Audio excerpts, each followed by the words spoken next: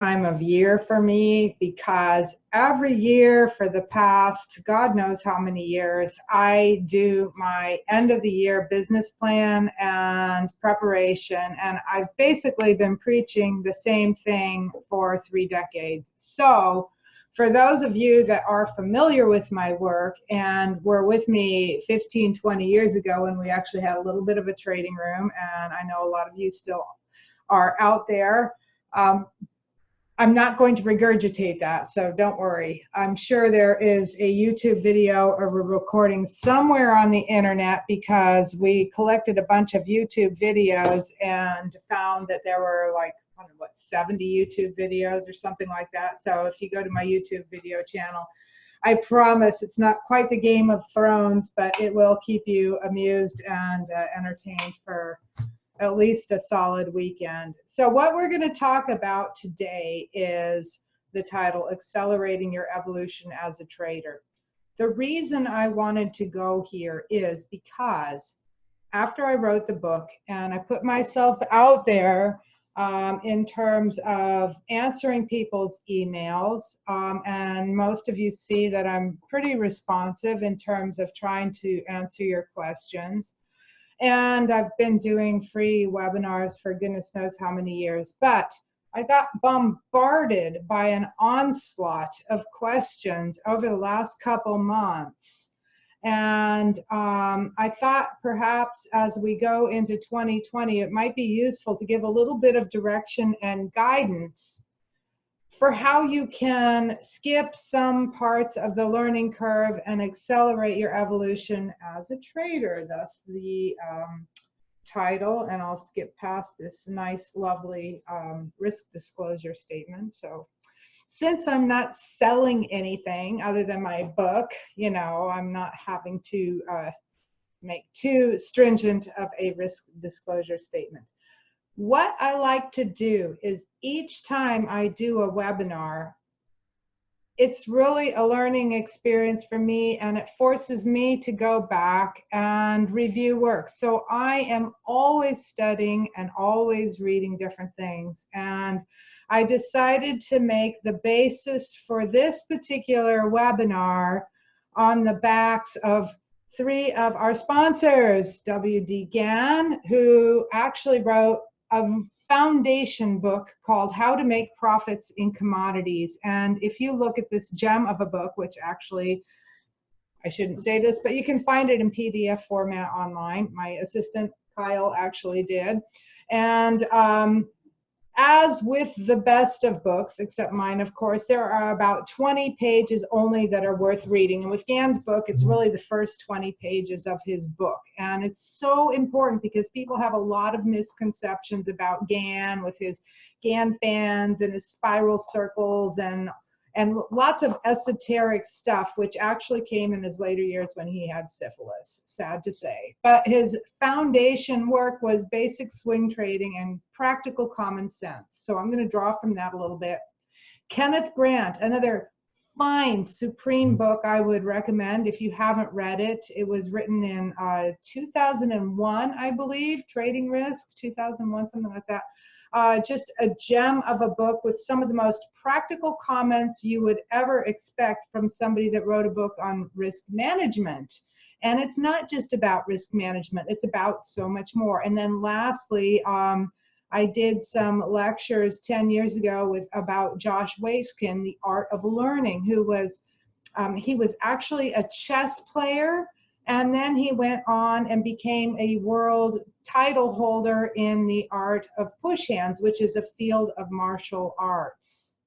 So these 3 are completely different walks of life, but yet they provided the essence of what we're going to talk about today and synthesize into a format that I want you to take to heart and think about doing your business plan for next year. Because if you truly want to grow as a trader, you need to prepare some type of not only business plan, but eventually think about what your program truly is. Where is your edge when you're trading? Because I see far too many people asking about linear things such as what's the parameter for this variable on my trade sheet, or what is, where do you put your stops, blah, blah, blah, things like that. While omitting the context and the bigger picture of what being a trader in the markets is all about. So if I can digest my 20 hours of thoughts to you in an hour and a half, I've done a good job today. And so that's how I rate myself on this. This is a quote from Gann. If you want to make a success, make profits. Your objective must be to know more, study all the time. Never think that you know it all. I have been studying stocks and commodities for 40 years. This is what I think is important. And I do not know it all yet. I expect to continue to learn something every year as long as I live. That's the quote from his book. And I take that to heart because that is exactly how I feel. So what we're going to do, again, to sum it up, we're going over guidelines for you to think about over your next year of trading. Think about preparing a business plan. I'm not going to get into the nitty-gritty details of this. If there are those of you that are seriously interested, I can go back and see if I have some PDFs of old classes I did, or maybe I'll post something on my website. Secondly, Kenneth Grant, I want you to read his book, Trading Risk, if you have not already, but we will review some of the most pertinent points that I think will touch a broad audience, from those of you that have been trading for less than a year to those of you that have over 20 years experience. These should be broad, pertinent principles that apply to everybody. And then we're going to look at the process of learning, because I think this is so important for people that start off, in the markets, and they just have less than 3 years experience. And I see people's frustration. I sympathize with the challenges. I can't quite identify with what it would be like to be somebody starting off upstairs from scratch with just the screens. But there are some shortcuts that we can look at that will help you in your learning process. And much of this content is taken directly from Josh Waitzkin, and I would strongly encourage you to read his book. I think it was one of the best books I've read in the past decade.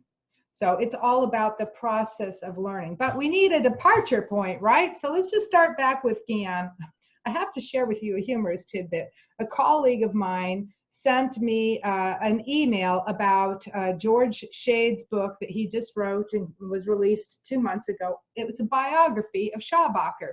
Now, I have certain heroes in my vision that are icons of technical analysis from the decades back, including George Douglas Taylor, who you all know, Wyckoff, Charles Schabacker, who was the grandfather of chart formations. And it was funny, I just posted the link on Amazon to Twitter, and somebody had made a little comment back like, oh, you don't need that book, like I don't need anything new on technical analysis. And I'm like, no, you don't understand. I want this book. I want it. It's not a matter of need. It's constant immersion into the culture of the markets and the culture of our past history, and this common thread that means so much to me.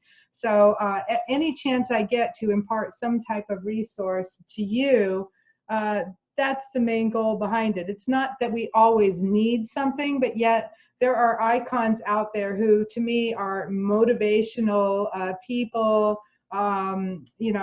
I can read quotes from people from 100 years ago, and they keep me going through the rough times. So let's go back to direct quotes from Gann and his book. Okay, these words are directly Gann's, but I'm going to start off with the hard reality. Have you ever thought why you are losing money? Okay, most likely because you were guessing, following opinions, or following someone's advice. And trust me, that's why I do not keep a TV in my office. I do not want to hear what anybody else is saying. It will influence me. Or you did not follow any well-defined plan, And after you had made a mistake or made a loss, you did not make any change when you came to the next trade, but continued in the same old rut. And the result was that most of the time you were a loser on balance. Okay, so the gem of this is this was stuff that was written almost 100 years ago, and you can see it's still truth today. How many of you actually make out a plan at the end of the day or in the evening or at night for the next day's trading, you know, levels, you know, what your game plan is, what you're looking for. And I would bet you that the majority of people do not do that. And it's a matter of doing it consistently, having a regular routine. Aha. Another reason for your failure to make profits was because you did not admit to yourself that you could be wrong and did not protect yourself when you make a trade. However you made the mistake or however you made the loss, the fault was your own because you had no definite rule as to when to buy or sell. And now we're talking about being reactive or emotional in the marketplace or neglecting to do proper trade management and so forth and so forth. The nice thing is and you guys all know this shit, so I'm just kind of like regurgitating this, but the nice thing is that if you have a definite money management system, and then you can track your progress and see it from a statistical sense, and you note that you still don't seem to have an edge, then why are you going to go keep beating your head against a cinder block wall, right? What is it that's not working in your program or your plan? Is it the money management rules or the entry, or is it spontaneous trades that you happen to be making? And we all do those, but you can't be a successful professional trader if you're going to continue to do that. And my job for you guys is to at least give you the best guidance so that you can eventually become a successful professional trader. And the problem is that it takes a lot longer than people think. You bought when good news had been discounted, meaning the price was already marked up, and sold when bad news had been discounted. The price was already marked down. So how many people initiated at the lows yesterday morning and held, at least till the end of the day, or hopefully overnight? So understanding that is not something that comes naturally to humans, okay? I've seen people that it is more natural to than others. So a lot of people tend to get emotional and they want to buy when prices are already high and hop on board the train and so forth. I know that all of us have experienced that. Silver has like a little sweet spot in my heart where it's like, I've got a dagger for you and I'm going to jab it into your heart right when the price is on its high, because trust me, if I'm not long, I will want to be long, and I know it's wrong. So some markets just have a little way of pushing people's buttons in a disconnect, and the way to fight that is through statistics. Okay, so we're going to look at some ways to fight these emotional reactive tendencies. But Gann's greatest quote that I want to impart to you is, learn to be independent. The greatest help that I can give you is to show you how to help yourself, okay? And it's very funny because I never thought I would ever post on Twitter or be involved in any type of social media.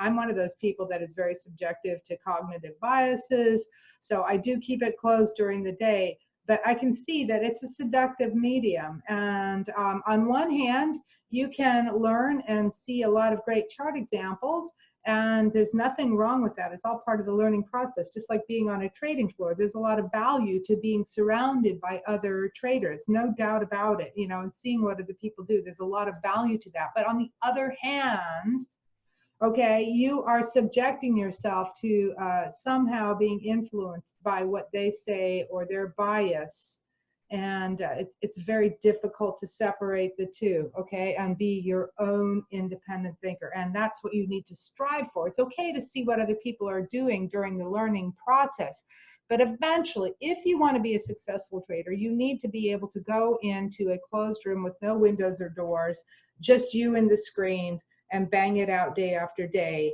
with no outside feedback or connection whatsoever. You need to be that firm in your methodology, if I will. So we're going to look at some baby steps that we can get to that starting methodology. More on Gann. I've only got 1 or 2 more slides on him, and then he's going to be chapter closed. Have a plan. Okay, how many times have you heard this? Have a plan. Okay, like 100 years, right? Okay, so And how many people still don't do that? Decide to follow the rules. Dan offers good rules, but he still says that you have to prove to yourself that they are good and put in the time for study. So it's a double-edged sword for me. If I post things that my models suggest, and I'll spend a little bit of time on this at the end, just 5 minutes, it's hard for you to know how to interpret it or understand it without the ability to put it into context or understand the other models, right? You know, so it's a double-edged sword. You need to take something and say, well, let me just prove that for myself. Let me just see that for myself. And I've seen a lot of old timers out there. I hope I'm not an old timer.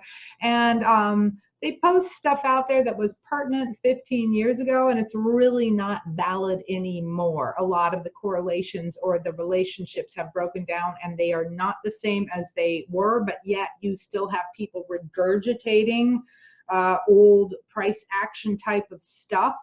And so it's really important that you sit there and take what's said, but before taking it to heart, go back, look at 100 trade examples or 50 trade examples, make it your own and see, no, I'm calling BS on this. I don't see it working that way anymore. There's just too much action that's happening overnight.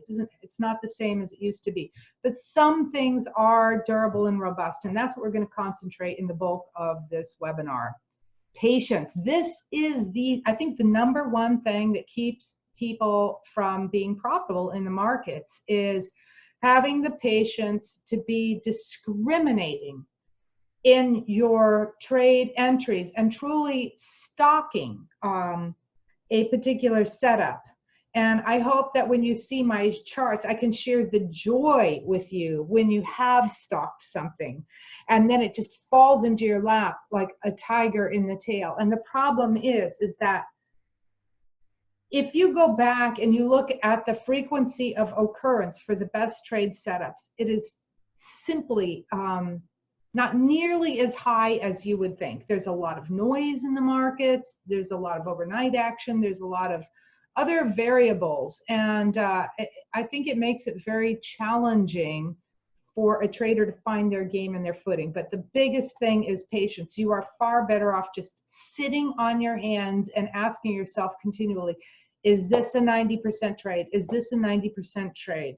Is this a 90% trade? So the ironic thing is that Gann put this out there like almost 100 years ago. He's talking about patience. And here we are like, a century later talking about the importance of patience. So that's really waiting for those ripe imbalances, those statistical imbalances where there is a definite edge. And we'll go over exactly what types of situations those happen.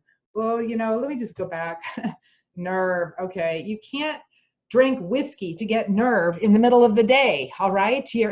It's not going to be the solution. So you can have all the knowledge, but if you don't have the nerve, you're not going to pull the trigger. And how do you get that nerve?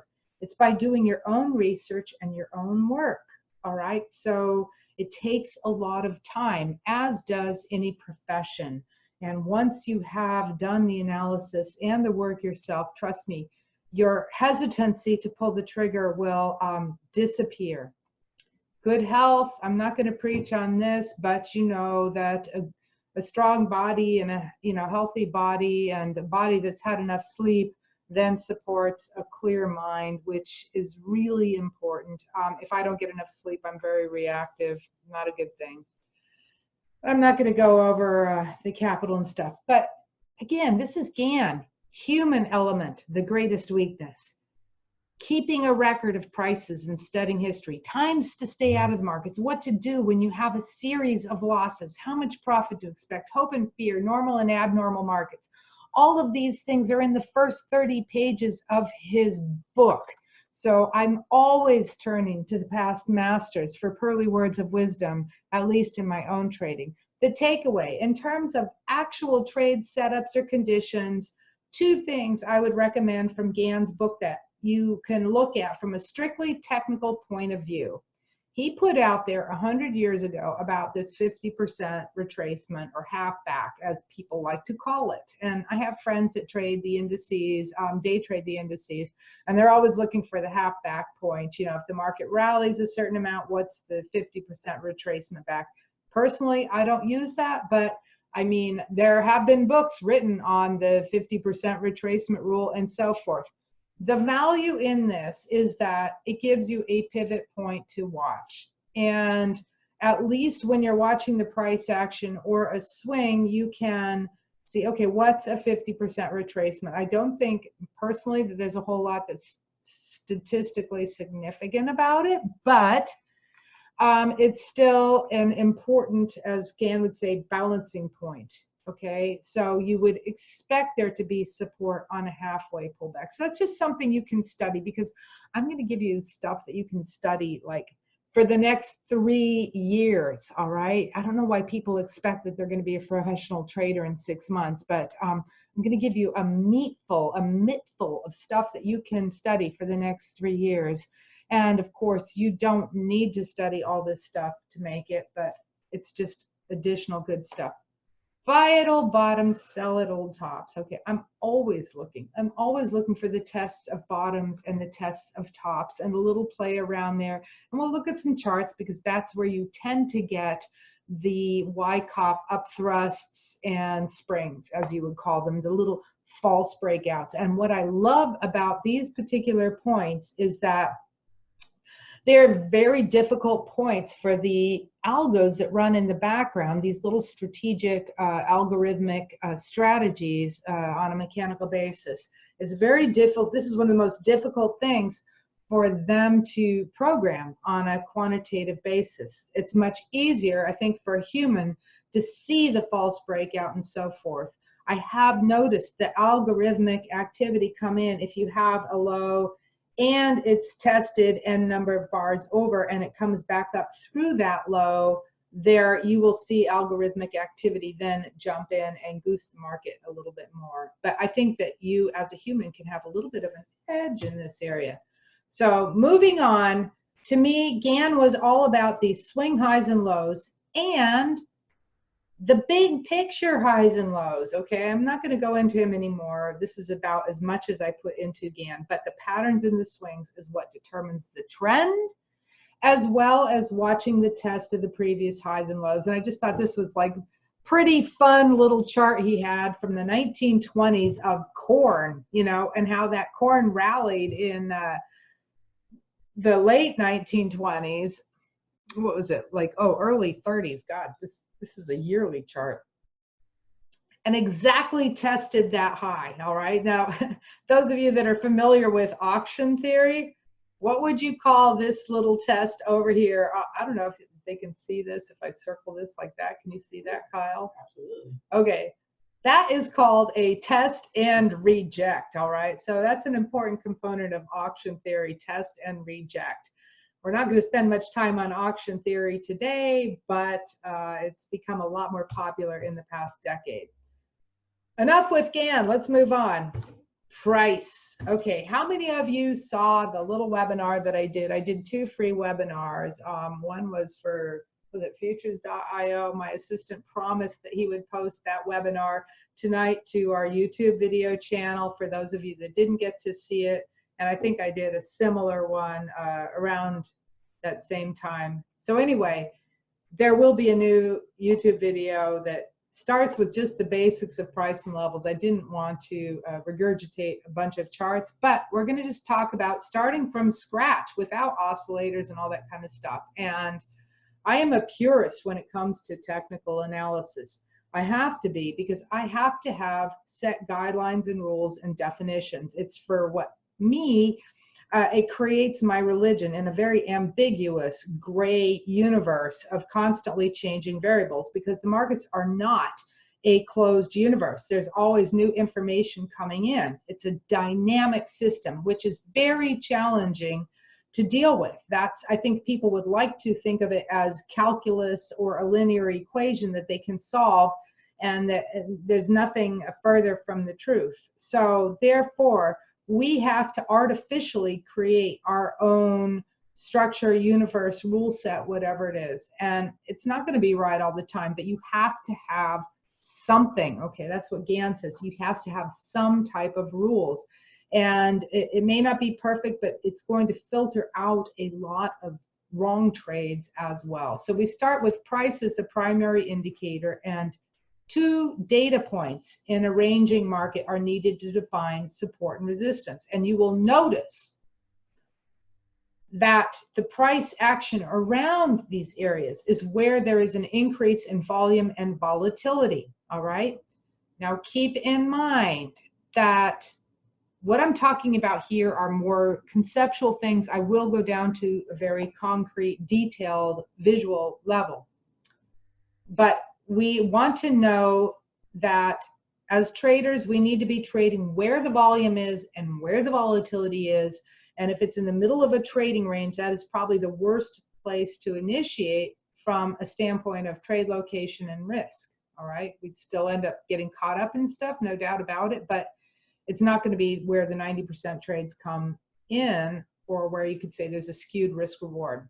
So we start with price, and this was one of the charts I had it from that webinar that I did originally, and it's just a bar chart. We're just going to start with a bar chart, and we're going to build like building blocks. I'm just going to spend like 3 minutes on this because this was a 240-minute time frame in the S&Ps, which is sufficient for a big picture time frame. When you go out to a 120, 240, or daily type of chart, what happens is that you eliminate a good part of the noise. And if you looked at an oscillator, for example, on the higher time frames, it will have a much smoother type of curve, whereas if you're looking at a 5-minute chart in an oscillator, it could be a stochastic or moving average oscillator or an RSI, it really does not matter. You'll see it's a lot more jagged because the oscillators are just a derivative of the price. So here's a 240-minute chart, and we're just going to start looking at some levels. And all I did was put up the levels where we had swing highs and swing lows. And it starts to add a little bit of structure to the price. And what I thought was really interesting, we haven't really done much here. This is almost identical to what we did today, rallying back up into that previous pocket area on the S&Ps on this type of time frame. But this swing low right here, which was tested twice here, then becomes initial resistance. You see? So it's these are the most visible chart points in the marketplace, and those are the most important points to me because everybody sees them. So that's where the volume is going to come in. Now, mind you, with this particular chart, okay, where's the price action trading here? 2940, 2900, right? And where were we? What did we close it today? 3110. And this was just a very short period ago. So there's nothing on this chart here that would tell you that we were going to go rally up to 3110, right? That's not what trading is about. Our job is not to predict levels too far in the future. Our job is to take pieces along the way where we can minimize our risk. And we're just going to take it one data point at a time. It's very much a Bayesian approach to the markets. As the markets give us new information, we then update our models with that new information. Very important, because I see far too many people worrying about where the price of something's going to be a week or the next week or whatever. I mean, I might have shorted the breakdown here. I'm just concerned about where the heck am I going to cover that trade, not even about getting long, you see? So don't jump far ahead. You have to stay in the present. So now that we've added our little swing highs and lows and horizontal lines, I'm just going to introduce another little concept, this pocket area. This type of framework will work best, again, on the higher time frames. It's going to be too noisy if you go down to a 5-minute chart. But this is so important for structure, and you'll see why in just a few slides. So we've got our little pocket areas here. And you can see initially we test into the pocket. Now here's a little general rule of thumb. You don't need any indicators. It's just a little price-based thing. We test into the pocket the first time. This is just the inverse of what happened 2-3 days ago. We tested into the pocket. There was a good reaction down off of that. And this is a little bit of noise here, okay? And then when we come back up again, what did we do? We traded through that pocket. And once you trade through the pocket, you would expect that we come out the other side, which is exactly what we did when we just sold down 40 handles the other day. All right, so it's something that you can think of without the 5-minute charts and the 30-minute charts, and you can think of conceptually, okay, what is the market doing? Is it holding a previous support? And it doesn't really matter what time frame that you look at. So I want you to be aware of this stuff in the background of these ideas or concepts that are time frame independent. Okay, we're still going to go down and start at an individual time frame, no doubt about that. That's useful, but I want you also to think about these things that are time frame independent. So when we came down and we tested this previous high here, as we did right here, right? It really didn't matter if you're looking at an hourly chart or a 120-minute chart or a 240-minute chart or even a 5-minute chart. The point is that this 29.58 was a significant level. And you can see that many ways, market profile or whatever. Just keep that in the back of your mind. We're only dealing with the S&Ps here, and we're only dealing with this particular time frame. So we talked about how support and resistance are formed in trading ranges when you have 2 data points. Now we're going to deal with another issue. How do you define support or resistance once you break out and you're trending? So this was a significant breakout area right here. And of course, we went back and tested it several times. But then the market was off to the races on its way to 31.20, 31.30, 31.40. Who could see? You can't see how far this market is going to go here, right? And we get all the way up to 3,100, where we're knocking on heaven's door here. And by the way, this is a really cool particular instance, because I took this chart 2-3 weeks ago. And if you were watching where we sold down to, right? Where did we sell down to yesterday? What was the low yesterday, huh? What did we get down to? Right down into the middle of this range, which then provided good support. So yes, the blue areas are the pockets. And that means that when you start to trade into that pocket and you don't go any lower, you start to form a channeling environment, okay? And the pockets are going to be your support or resistance areas, unlike the tests where you have 2 data points, all right? So resistance is when you have 2 data points, and then the support will be in the pocket areas in an uptrending market. So right now you have a little bit of resistance right here because we had a test. We've got 2 data points. And then, of course, that resistance was taken out. But along the way here, as we're traveling up here, you can't say that there is any resistance. You're in buy mode only. Only look to buy the pullbacks until you get that test that forms resistance. So just a quick example here. These were slides from the previous webinar, and this was gold. I thought this was particularly interesting because this was a key top in gold. And I wanted to show what happens. Okay, you had your test. I mean, doesn't everything look great in hindsight? I mean, it's impossible to trade all the markets at once this way. But if you were only trading gold and doing nothing but trading gold, you would be acutely aware of these particular pivots. And you can see how we blasted through this pocket area and this pocket area. So what is our general rule of thumb? When you blast through a pocket area like that, we would expect a continuation pattern, or at the very least, an ABC, right? So at least another leg down, which is a real strong edge for you guys in the marketplace. Anyway, the gold, of course, then ended up breaking down much lower. But I wanted to show that blast through the pocket. And what happens sometimes is that you are caught unaware. You know, we're trading, you're thinking, oh, it's a nice uptrend, I got the wind behind my back, and we're a little bit neglectful on tightening up our money management. And that's where we get into trouble. So the best rule of thumb I ever heard was to always keep a stop beneath the previous 2 swing lows. Okay, you may or may not want to tighten it up beneath the previous swing low, because sometimes you can get an ABC down.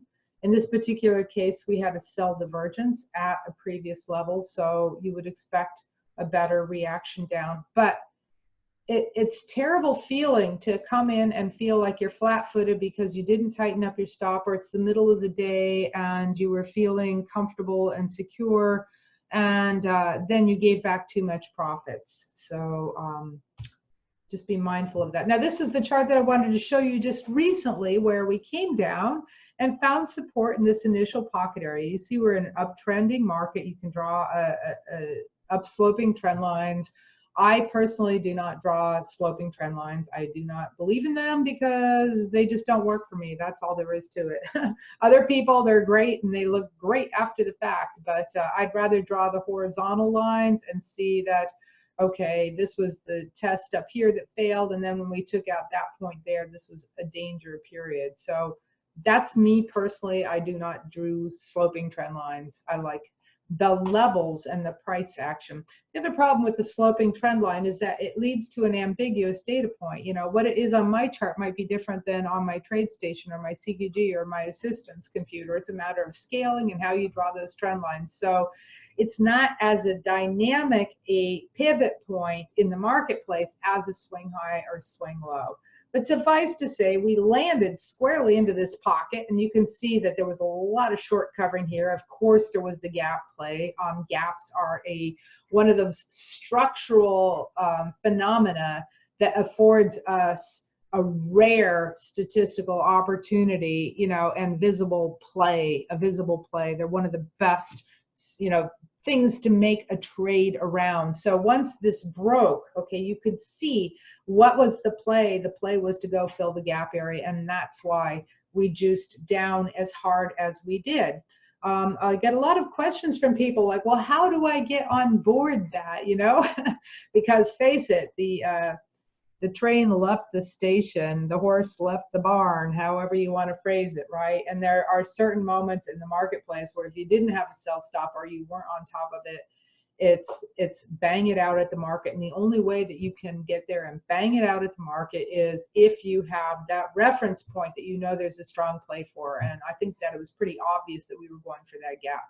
So here's a case of where the pocket ultimately didn't hold, and the pocket was a concept that came from my husband Damon, and when he was doing his charting by hand on the floor in the good old days. And he always would say that, well, when the pocket's broken, that's like getting a hole in your pocket and the change falls through. So in this particular case, when the pocket was broken and the change started falling through, this is usually what happens. Just like that gold chart, it gets to be a little bit more volatility, if you will, on the action. So let's just step ahead to today. And where did this market find resistance? You know, almost every index. Okay, we did our ABC down. This is what we're going to focus on a lot, because we have to have a foundation trade. You have to have one thing that you have to be exceptionally good at in the learning process. Okay, that's really important. And we're going to start as that as a departure point. But this is a classic example of the ABC down, where there's impulse, consolidation, impulse, just a very simple concept. This is what I call a U-turn, where you did a failure test. Okay, we failed to make a full retest down. And then the U-turn is when it takes out that upside pivot point. And many years ago, as a trader on the floor, we would all anticipate this. We would buy ahead of this being taken out and then hope that the broker's deck had a lot of stops at that particular area. And as the market goosed up through it, then we would all be unloading our inventory, you know, into that that short covering rally. And I'm not saying that that was short covering or anything like that. I think this is just a pure technical phenomena. But this is one of my favorite trades, these U-turn points at the end of a swing, where you get this failure test, a failed flag, if you will, and it usually leads to a nice goosing to the upside. And you can see what important resistance area this was. Now, there's lots of other things that showed up as well, from the volume distribution, you know, went right to a certain level, lots of different things like that. I don't want to elaborate the point. But the main thing that I wanted to emphasize with you is how much you can do just with a basic bar chart and just with basic levels.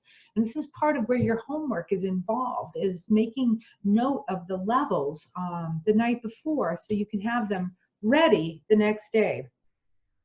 And for those that are newer, study charts, study charts, study charts. You know, it's not that reading necessarily is going to advance your education. It's not that taking a course is going to advance your education or following a particular educator or anything like that.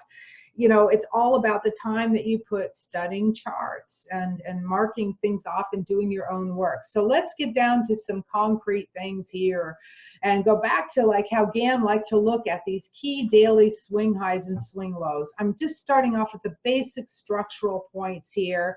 And with this wheat chart, you know, this was where the idea of the turtle soup came about, and it doesn't work out perfectly like that all the time, but we're looking for those failure tests where the market went and tests, and this concept of a test, you know, is been out there for 100 years.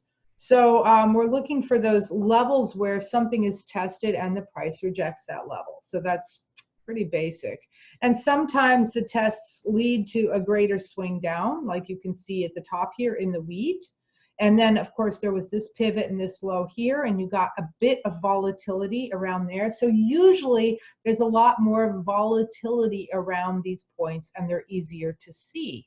Same thing here. We went up and came back up above that low, and it leads to some interesting volatility. And then down here, you would call that a test reject at the bottom. So my only point is that there's a lot of play at these previous swing highs and lows. They may or may not be continuation, but when they do lead to failure, at these test points, you usually get a couple bars in your favor in the direction of the failure point, and you always want to have a stop at the last high or low. That goes without saying.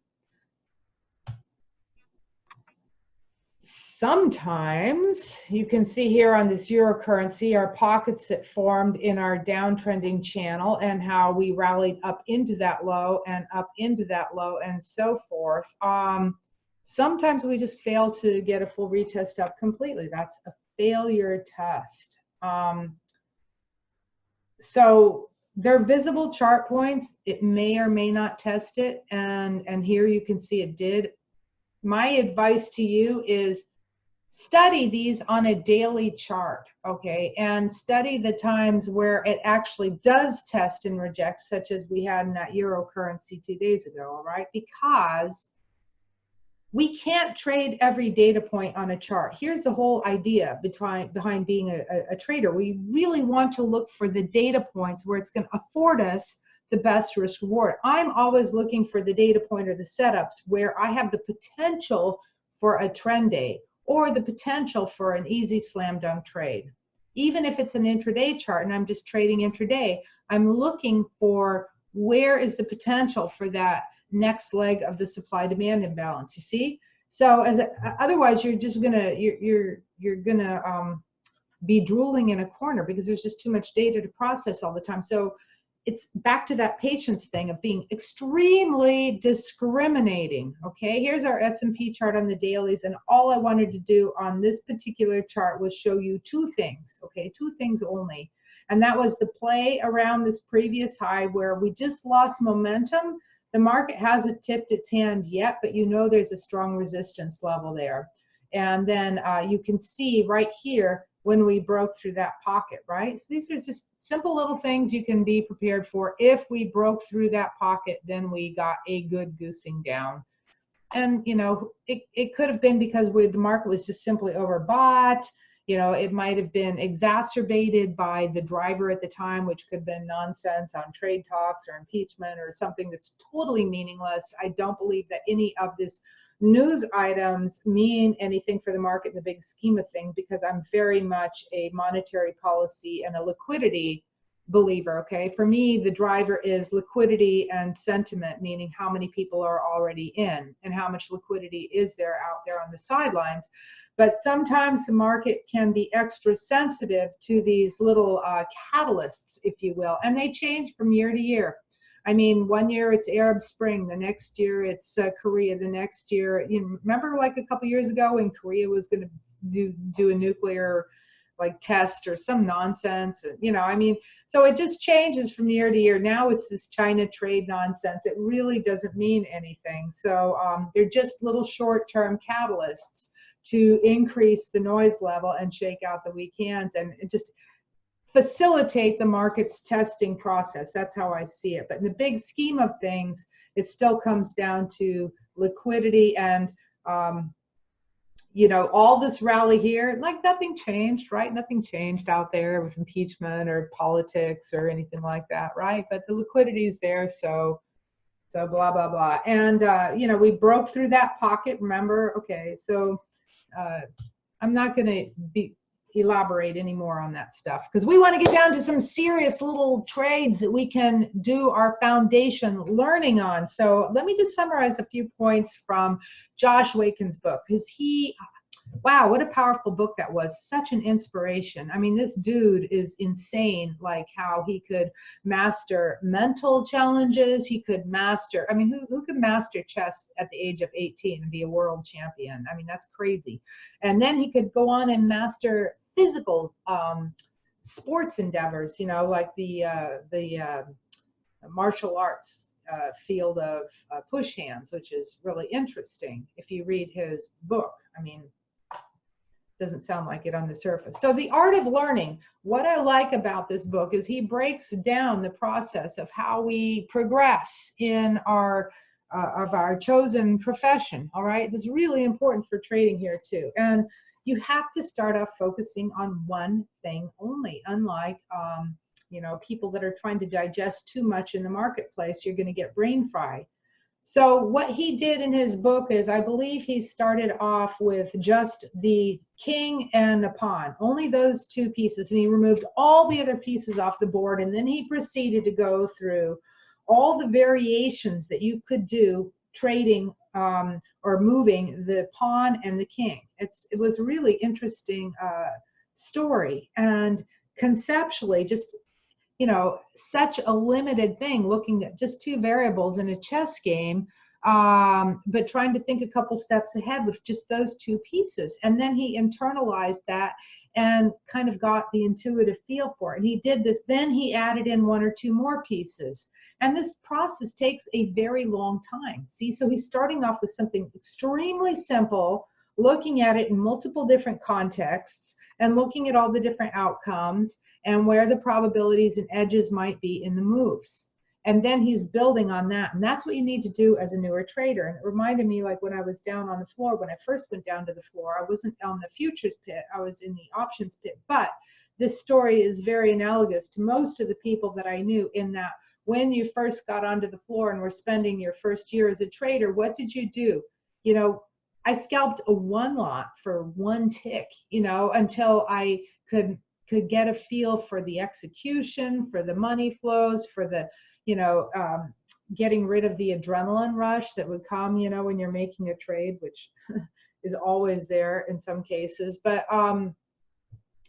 my point is that, you know, when you first get down to the trading floor, you're not applying technical analysis and big picture analysis and stuff. You're just trying to like get up enough nerve to raise your hand and flip a one lot. And so we don't have that environment anymore. We don't have that same universe. Instead, you have to think about first just making a simple trade and having the proper habits, you know, staying in for a very short holding period, desensitizing yourself, not over trading, just picking one or two spots during the day, and seeing if you can make it a game to have successively profitable days.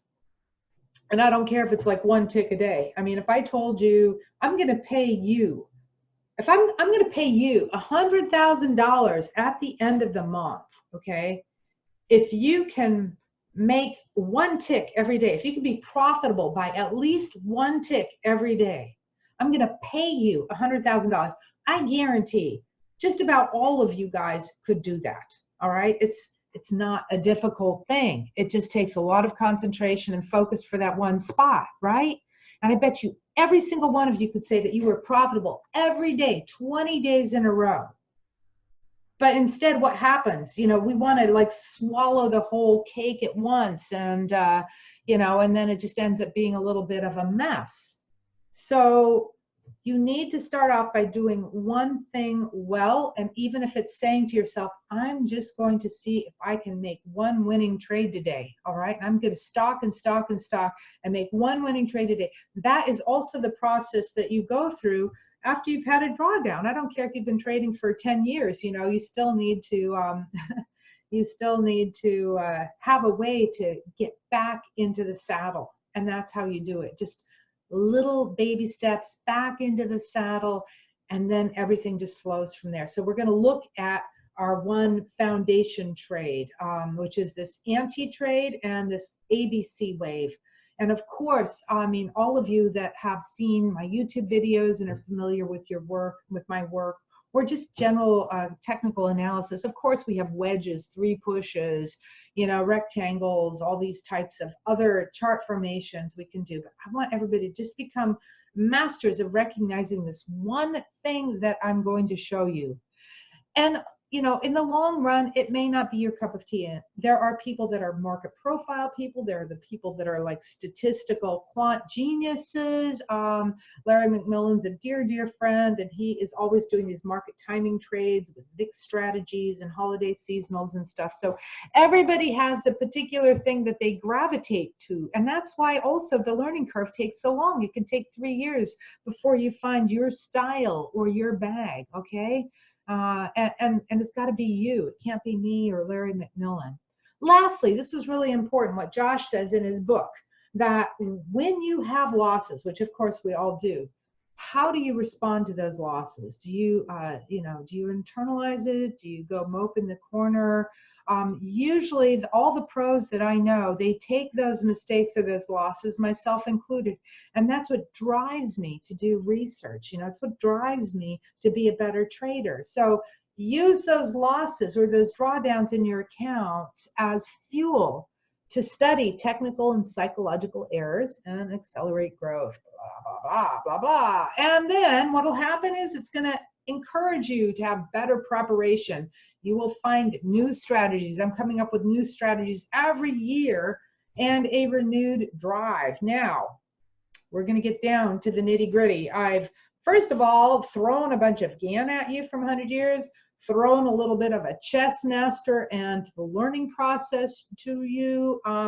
Now let's just look at becoming proficient in one thing only and then build on that. By the way, if you want to have more detail on this ABC type of phenomena from the swing structure, which I've talked a lot about in the past, on my YouTube channel, I have a webinar that I did, Trading Momentum Tricks and Indicators, for free. Okay, see, and it made me go back and read a book that from 20 years ago, Arthur Scleroux. And in that process, it was really cool because I did that webinar, and I got an email from Stan, this guy Stanley, who had been a friend from like 20 years ago. He says, "Oh my God, I can't believe that. Arthur Scleroux, I used to sit next to him 40 years ago when he was a broker at XYZ Forum and on blah, blah, blah. And oh my gosh, all that guy would do was show me his latest chapter and share his work with me. And oh my God, he worked like 20 hours a day." And I was like, I would have never known that, So that's what I think is really cool about this industry, is linking these threads, of trying to establish some type of cultural past or general other things besides just the pure technicals. It's all the little stories and threads that go along with it. So there's a webinar for you. back to that nasty word, patience. Everybody thinks that the key word is discipline. It has nothing to do with that. It's about patience, you know. So let's look at some of these. Let's get down to the nitty gritty here, because we're just going to start off with a 5-minute S&P chart. And I want to show you a foundation trade that you can look for. And obviously, we're letting the market tip its hand. It's having that first initial impulse bar, that supply-demand imbalance. So you see the big bar here when we took out that low. This is our big bar down. I'm not worrying about capturing this trade first here to the short side, even though there was a U-turn point there, a failed retest back up. We're going to let the market tell us it makes its impulse trade down, new momentum lows on the oscillator, and then you see this consolidation here. That's the middle part of the ABC wave. And this is a strong trade in any market, in any time frame, because number one, the market was telling you first. Okay, there's very few trades out there where the market tells you first, and then you get a chance to be more of a reactive mode. All right, there's not that many technical spots where you can go in and operate in a more reactive type of mode. Usually it's more anticipating things. So here we had our big push down. We're consolidating, and we get our second leg down. So this leg 2 here is what you're playing for after establishing in that middle part of that B wave.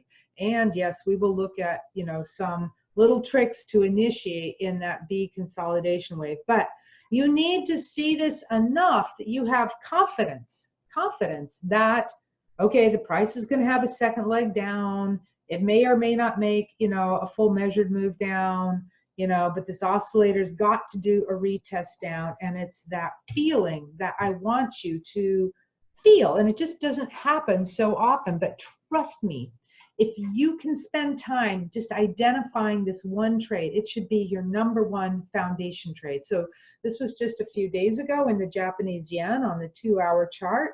And you can see the big giant bar up, you know, the impulse, the new momentum highs, and the shallow consolidation. And of course, then you get your ABC up, right? That should be your foundation trade. If you ever get in a rut or a drawdown, sit back, sit on your hands, your particular market, your particular time frame, and wait, okay? Now here's the trick with a lot of the best conditions out there, the best trades out there. The frequency of occurrence is relatively low. I mean, otherwise, face it, we'd all be billionaires, right? So the real trick is when you see an identifiable aberration like that, or an identifiable opportunity, to capitalize on it. And just understand, it doesn't happen so often. This was copper. This was this morning, okay? This was a trade that I was in, and it was on a 30-minute chart. And you can see we opened and we pretty much rallied almost perfectly to a measured move up. So the big impulse bar, just a simple bar. You don't even need to have the oscillator below. That big impulse bar, the shallow consolidation, and then looking for the ABC up. And we can see this in just about every market, every time frame at one point. This was the original anti-concept, was that the slow line would have a positive slope and you pull back down on that fast line. George Lane, who was the father of the stochastic, called this the KISS pattern. After all these years, I'm not sure I have any original thoughts. I would like to think I've got a lot of original testing, but you know, everything's been put out there one way or another in the technical universe. So, you know, maybe I can help enable the learning by making it a little bit easier to understand. But, you know, George Lane put this out there as the KISS concept. And then you see how it leads to an ABC up in a perfect world. And your job, okay, your job as a trader is not to take my word on anything. I want you to see this impulse up and say, okay, how does this really work out? If I bought here, is it just going to get a test of the high? Is it going to go a little higher? Is it going to make a full retest up? It may not always do that. So you need to make a library of these things, and you need to also make a walk forward testing process where you can see the stuff that perhaps failed to lead to such a perfect measured move. Here, you almost had a similar type of thing with the impulse down and the little kind of anti type of consolidation there as the slow line sloping down, and then that final push. This was just a bizarre example because it was the cows, and it was a perfect ABC up, you know, with the new momentum highs on the oscillator and the slow line sloping up. You see, I love this slow line. And then a big bonking down, the slow line turns down, the shallow consolidation, and you get your ABC down, right? Okay, so what I will do is I'm gonna just finish going through a lot of this, and then I will have all the time in the world to answer your questions directly, okay? Because you guys were gracious enough to show up live instead of recorded events. So I'm gonna answer all your questions. I just have a chunk of material here to get through. I see I've already gone for an hour, so just stay with me, okay? The LBR 310 is just simply the difference between a 3 and a 10 simple moving average, okay? That's all it is. I've used it on all my charts. I've used it for years. You can approximate the same thing with the stochastic, which is why I put a stochastic underneath. I just like the simple moving average oscillator. And so you can see here on the S&Ps this 5-minute ABC down.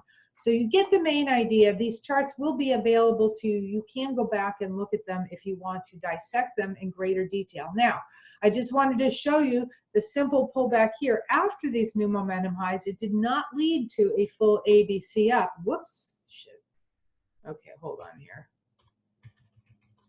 That's what happens when I get too cute. Just be with me. And now we're going to talk a little bit just about initiating on these trades, okay? Because I can't tell you how many questions I get about how do you enter, how do you initiate, and I'm always refraining from being a smart aleck and saying close your eyes and pull the trigger, okay? Because I know that's not what you want to hear. The key thing to initiating is understanding how much you're going to risk. Like, you have to have a level to trade against. I want to know that the price has stopped going down. I want to feel that there is a level that I can put a stop in and it's not going to get hit, and then that encourages me to make the trade. And one of the easier ways to do that is to drill down to a lower time frame, like a 1 or a 2-minute chart. That's okay. You know, this is your foundation trade. It's okay to go down to lower time frames. And you can see here on that pullback on that 5-minute chart, there was a perfect little 1, or probably showed up on a 2-minute chart by divergence.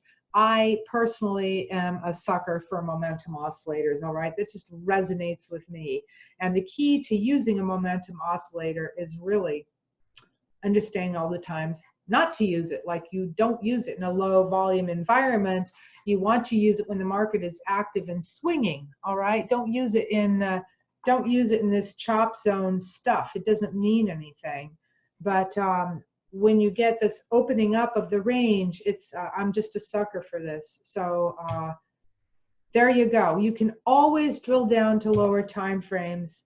I wanted to show you a sell trade. This just happened a few days ago. We had a little reaction up, and you can see on a short-term time frame the little sell divergence that formed, giving you confidence that the momentum was ready to flip back down. And an oscillator may not be helpful for you to follow it up or down. This was a trade that happened last night, and I just wanted to show it on a different time frame because we can find a million combinations. We just don't have all the time and resources as traders to constantly be flipping through these things on a discretionary basis. But this was the Australian dollar, okay? And you can see the process is identify the first big leg, okay, the first impulse, the first change in character. This Australian dollar had a very seductive descending wedge on this 240-minute time frame. I mean, you could draw the sloping trend lines and clearly see the upside breakout. I mean, everything looks beautiful after the fact, right? Remember, but I'm giving you a foundation trade where you don't have to necessarily anticipate that breakout.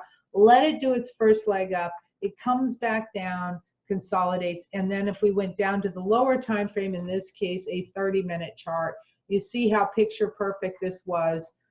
The retracement on the higher time frame and the divergence on the lower time frame is probably the best risk reward trade that you can make. And the catch is that the frequency of occurrence is relatively low.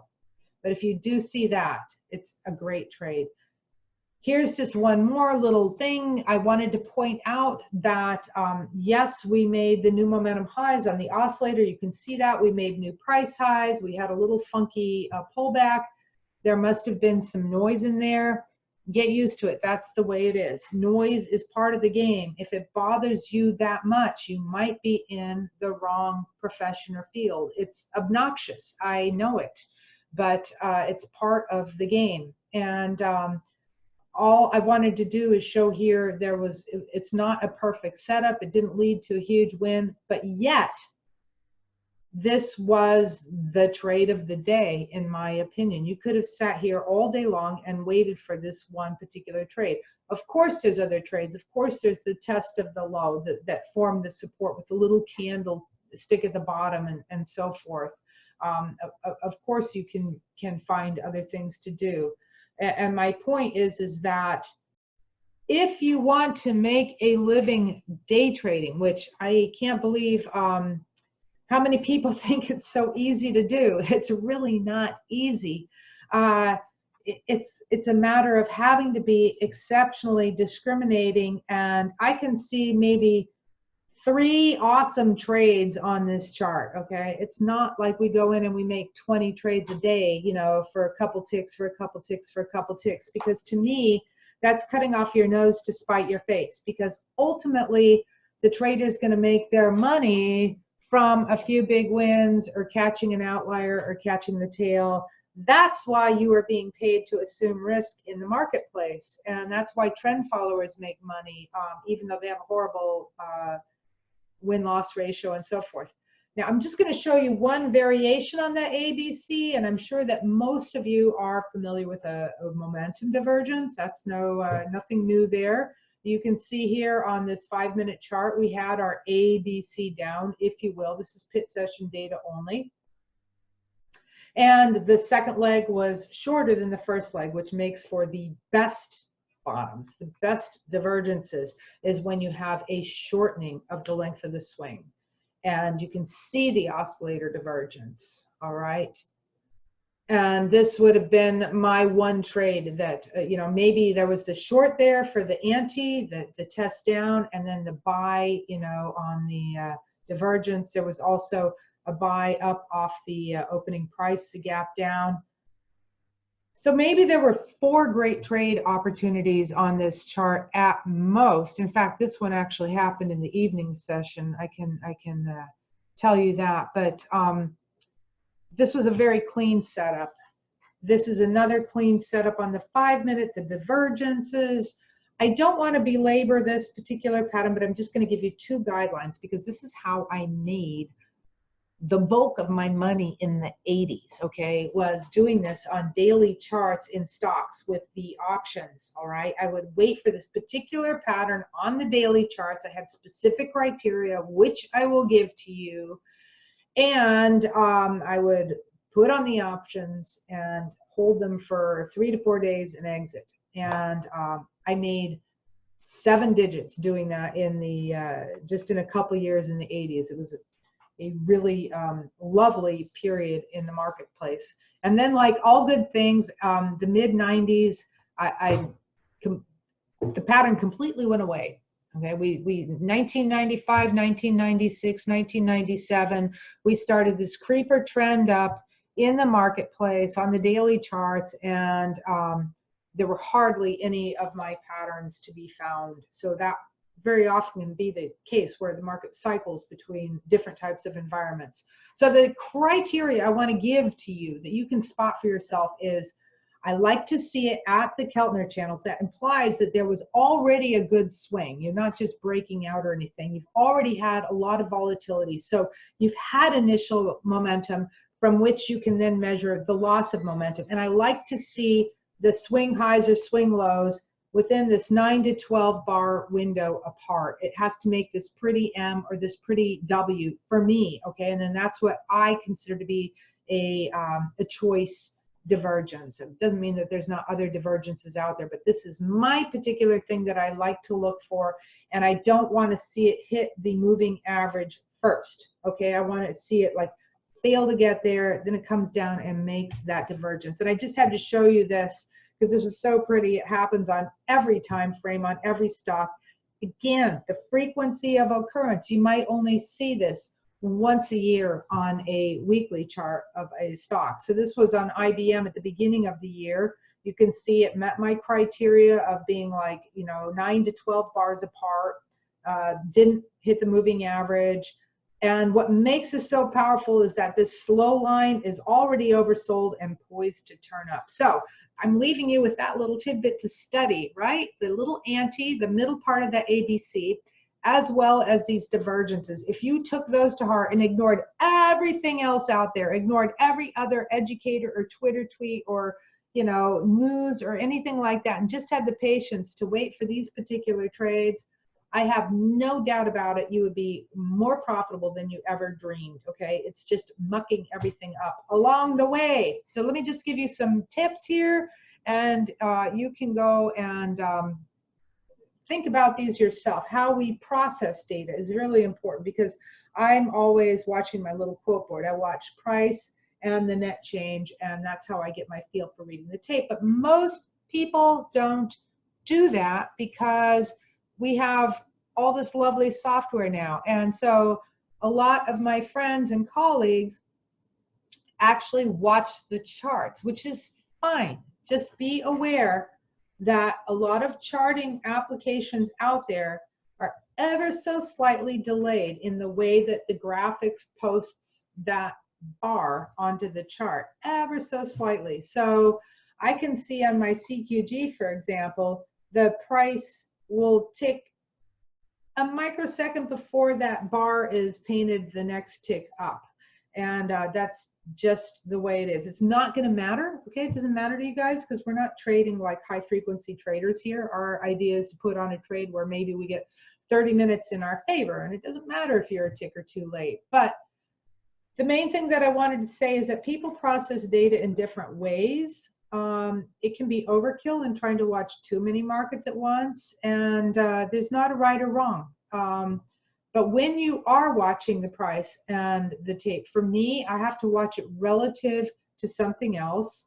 When it's approaching a critical moment, you want to make sure that you don't have distractions. You want to be concentrating, okay? Concentration is so key when we get down to these important levels. If a price is getting down to your important level, then of course you can pull up like shorter time frames and stuff. I think I would have an epileptic fit if I tried to watch 5 markets on 1-minute charts. I mean, it wouldn't work for me, but there's nothing to say that when the price is approaching your level, you can drill down and start to look at lower time frames.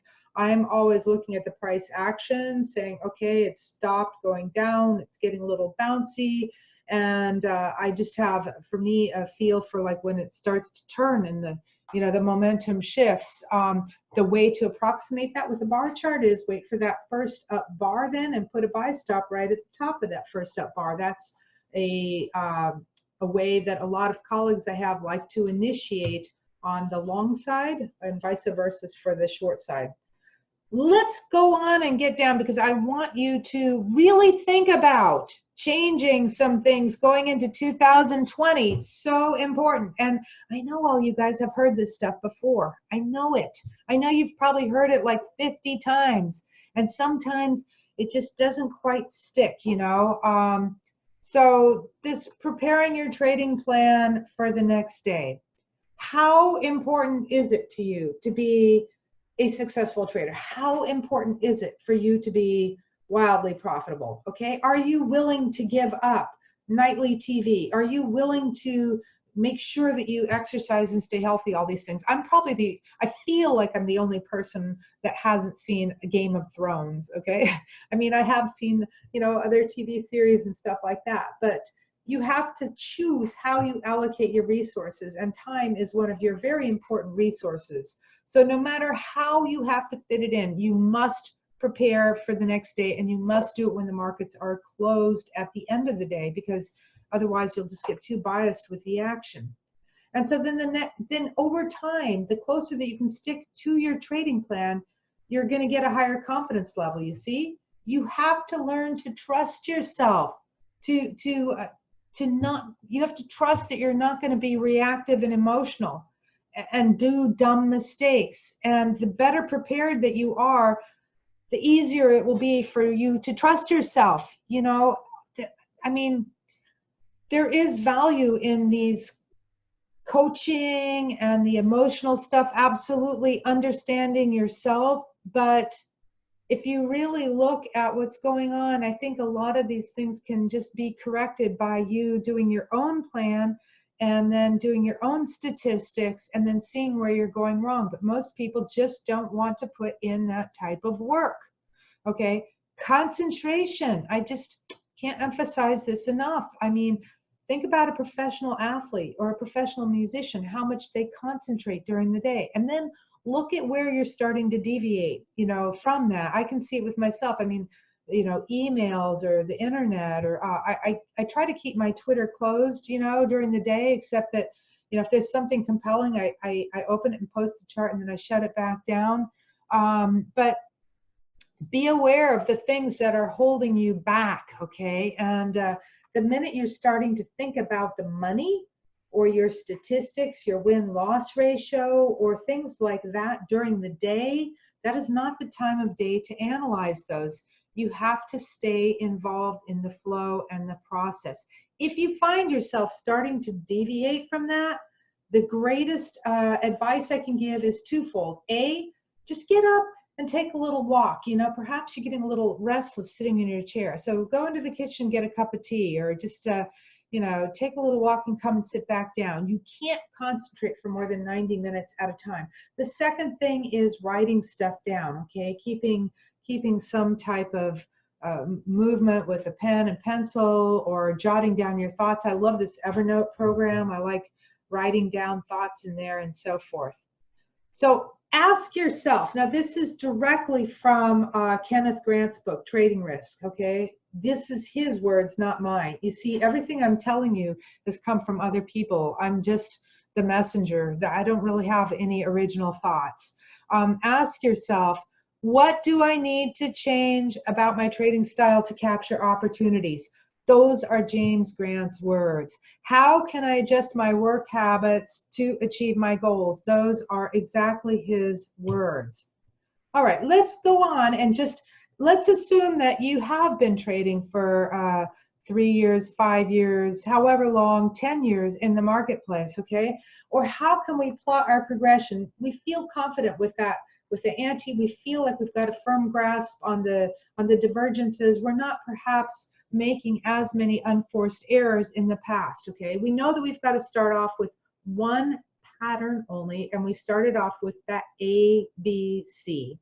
And we can move to higher time frames as our account size grows and we feel comfortable staying with the trade for a bit longer period of time. When you're first trading, what happens is that when you put on a trade, we lose our objectivity really quickly. You experience emotions or feelings. Your adrenaline might pound. It might be uncertainty, a lot of things. So my advice is forget about making money, you know, for the first period that you're trading. Just try not to lose money, okay? Because you want to go in and make a trade and get out, make a trade and get out, so that it becomes automatic. You know, it's like a baseball player. He gets up to the plate and he knows what that perfect swing feels like when that perfect pitch comes. He doesn't have to think about it. And that's the way you're only going to get there through the practice with the market. So let's assume that you're past that point, okay? We've already trained our eye to see these support and resistance levels. We've eliminated the noise from outside sources. We've got our execution skills down. We can progress and start writing out thoughts on trade management. Study these things, because not enough is focused on trade management. I could do a whole day on trade management. When do we scale in or out? How do we trail a stop? When just to exit at the market? There's not a right or wrong. It's as long as you do whatever you're doing consistently, because it's the habits that count more than anything. And I will email you, anybody that registered for this, I will email you these slides, okay, so that you can go back and read all this for yourself. But let's continue on with our evolution. Once you have the very basics of a bar chart, there's a whole universe out there that we can explore. You don't have to be a professional trader. My point is that you don't want to tackle this type of material until you have mastered that very basics of the bar charts, you see? So don't jump into these nebulous gray areas here until you have mastered just the basics of a simple ABC.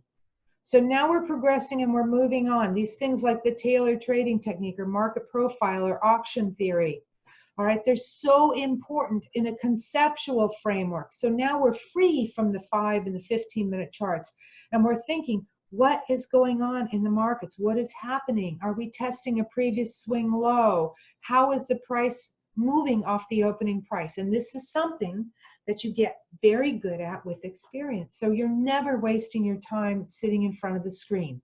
When you look at that book, Mind Over Markets, I think it's pages 67 through 78. Is that right, Kyle?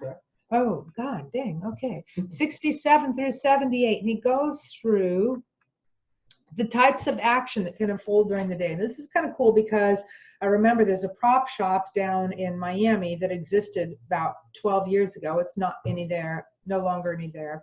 But this was their Bible, this Mind Over Markets book. This was their Bible because they just day traded and they just were looking at the way the market traded off the opening price. Now, around the opening, there's so much uncertainty, and that's why there's so much opportunity around the opening. And we're going to see one of several sequences. This open test reject, open drive, open auction, which is just rotate in a narrow range. And the cool thing is that this happens off of any session opening. So if I look at Asia, Europe, or the US, I'm going to apply these 4 main concepts off of just that session open. So it doesn't matter if you're in Europe session, Asia session, or US session, okay? These are the things that you want to study and look at. We'll just look at a few brief charts, okay, so you can see. And then I want you also to start to study volume characteristics, okay? You cannot digest everything at once. That's why I showed you that ABC type of thing, because when you get that first impulse, that first big bar, I guarantee that you're going to have an increase in volume, because volume and range are 95% correlated. When you have a big range bar, the odds are that you will also have a big volume bar. So you don't need to have volume at the bottom of your chart. I mean, it's just one more extra piece of information. But we can start to understand volume environments when there's a heavier volume environment or a lighter volume environment. And this concept of the bracketing markets versus trending markets. Bracketing markets are the trading range markets, and they have a different way that they trade. They have the test reject sequence. That's the top right here. We get much more test reject around the pivots as opposed to continuation patterns, ABCs, or divergences. In a bracketing market, which is when you start to rotate and form a trading range after a good trend move, in a bracketing market, you're not going to necessarily get the sweet little buy or sell divergences at the top or bottom of the range. You're more likely to get the little false breakouts, the tests and rejects on very light volume. All right? It sounds so easy, right? And the whole trick is just seeing this day after day after day.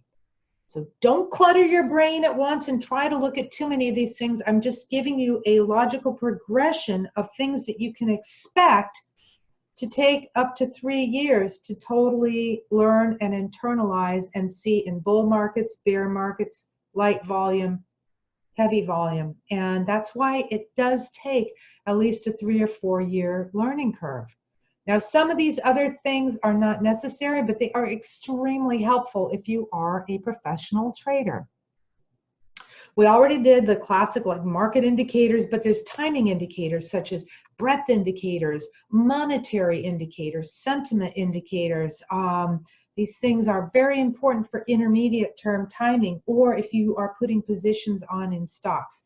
They're not necessary, but they're helpful for sure, okay? Then the little seasonal tendencies and pre-holidays, you know, and you can start to look at some of the work like Jay Kappel, Kaeppel. I try to post these things to Twitter. If there's a colleague that I think is putting out extremely valuable information out there for free, okay?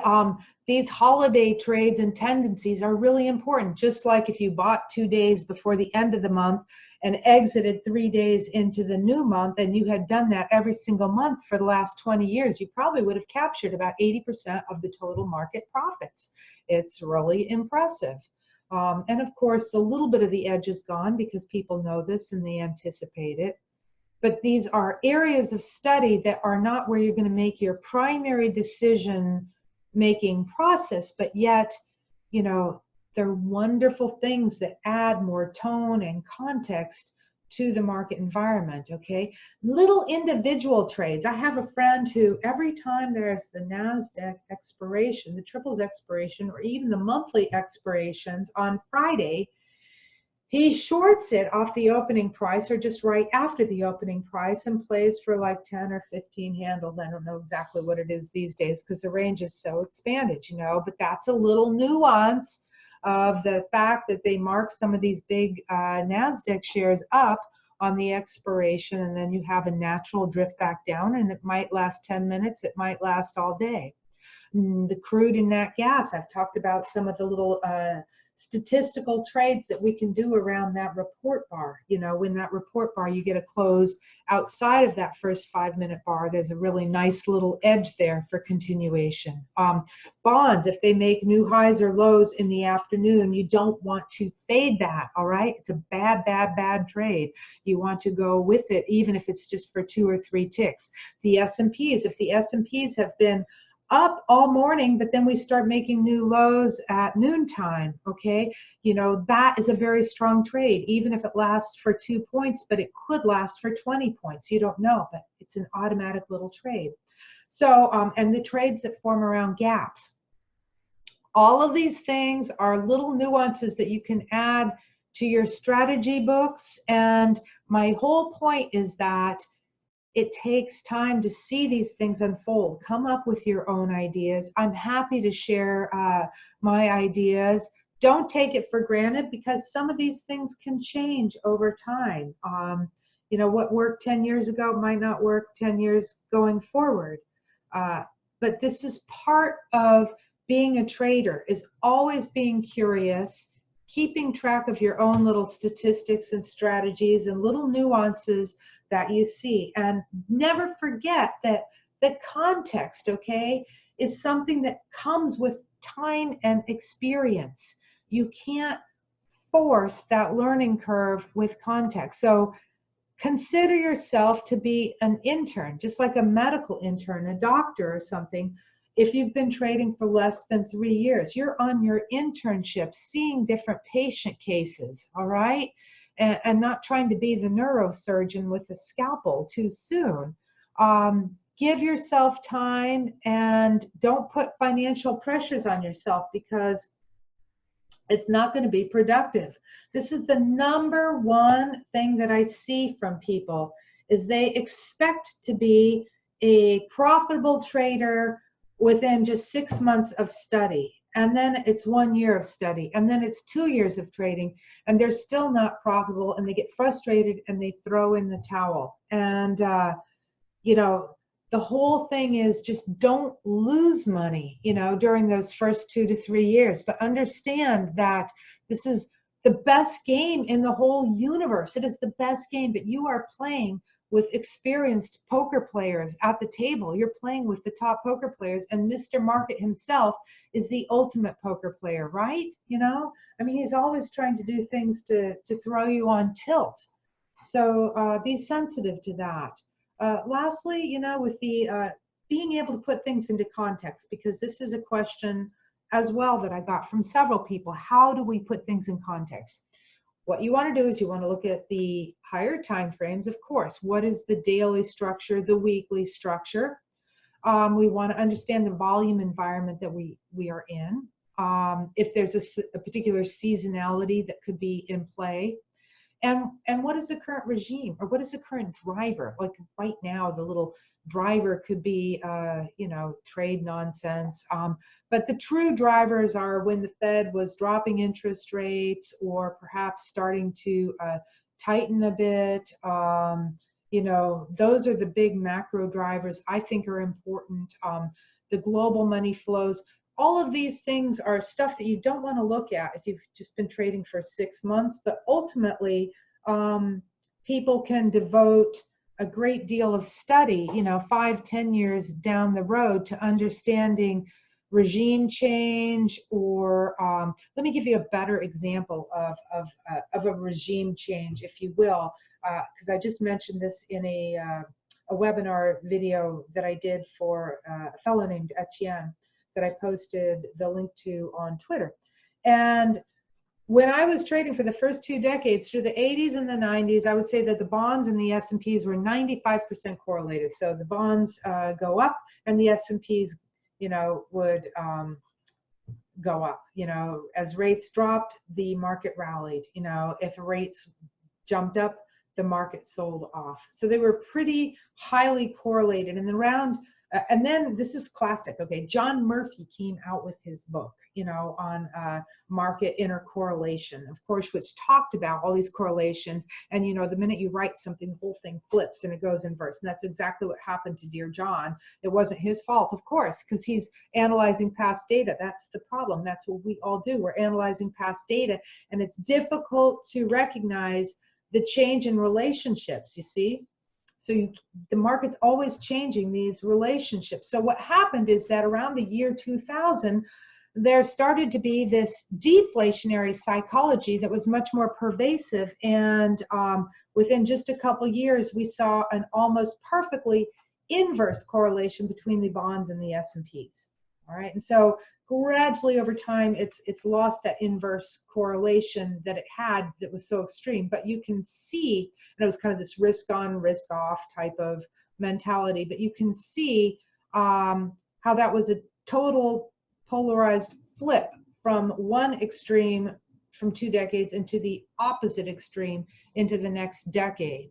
And that's another reason why the learning curve as a trader can take a little bit longer than you think, because we get comfortable or confident with certain relationships, and they change. So that's why, for me, I never am going to base a trade on that type of relationship or theme or correlation, or even the commitment of traders reports or the seasonals. I always have to have my, quote, religion, which is my hardcore swing highs and swing lows and the patterns and the swings. And then I might trade with a bias, if I feel there's an edge there, that there could be a bigger potential win out there, but I still have to have my stops based on the swing highs and swing lows and all that good stuff, the U-turns. Okay, just a word here on the opening price and this auction theory concept, because I know a lot of people have had difficulty with this urgent gap drive type of environment. That's the way the markets work now. They're extremely efficient. And I think it's a different animal to get your head around. So I'm going to show you the challenge here. You can read all this later. We're just going to look at 15-minute charts. This was an old chart.